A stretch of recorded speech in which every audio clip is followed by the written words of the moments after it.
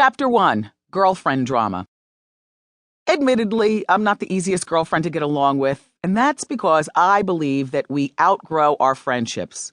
I feel there's a season and a reason for every friend in our lives. Friendships fade. I've seen this happen time and time again.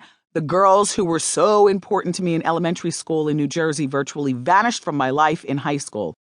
Could I have tried harder to maintain these friendships? Could I have clung to them tooth and nail? Sure. But I'm a practical person.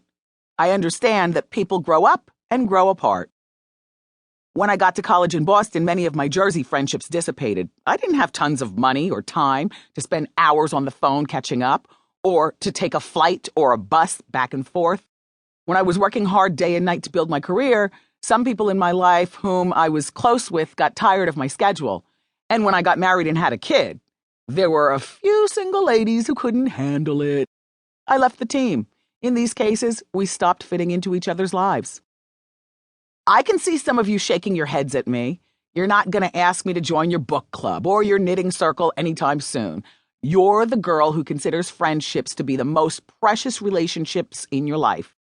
If that works for you, fine. But if your girlfriend is giving you grief, and from the sound of some of the messages in this chapter, many of them are, then you have my permission to cut ties.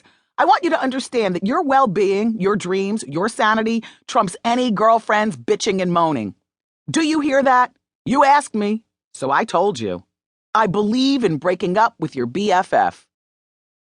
Dear Wendy, my friend is always one-upping me, telling me how much better she is and how I should be more like her. Basically, she makes me feel like crap sometimes. Well, if you enjoy feeling like crap, you're all good. If not, it's time to sit this girlfriend down and have a conversation. Be very direct. Since when did we become competitors instead of friends? Tell her you miss the way things used to be between you. Supportive, non-judgmental, fun. You didn't sign up to be her emotional punching bag. Tell her you're not sure why or how the dynamics changed, but you feel she criticizes you unfairly. Do not, I repeat, do not expect her to take this well. Especially because she thinks she's the greatest thing since Spanx.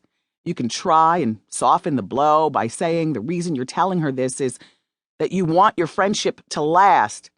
If she denies her disses, or worse, insists you deserve them, you have a choice. Keep taking it or get walking.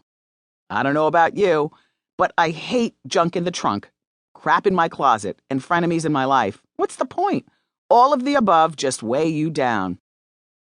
I know it's hard to let go of people and things that have been with you forever, but like I said, sometimes it's time to call it a day. Case in point, I once had a friend who I knew from the party scene. Oh, we kissed boys and we had fun. For a while, neither of us had boyfriends. Then I met Kevin, and what do you think happened? All of a sudden, I didn't have much time for my girlfriend. I felt conflicted. I wanted to spend more time with her, but I had this brand new boyfriend, and I really liked him. What really changed things was when my friend ended up sleeping with Kevin's friend. Of course, the friend told Kevin, as boys will do, and he wasn't very impressed by the company of women I was keeping. Kevin and I continued to date, but he was always looking at her sideways every time she came to our house. When we got married and had a baby, there really was no room in our lives for her anymore. It amazed me how opposite we had become, how our priorities shifted. I didn't feel like we knew each other anymore. That part of my life was behind me. We'll always have the memories, but I moved on. Maybe you should do the same thing, but if you choose to give your friend another chance, don't let her next insult slide. Stop her in her tracks.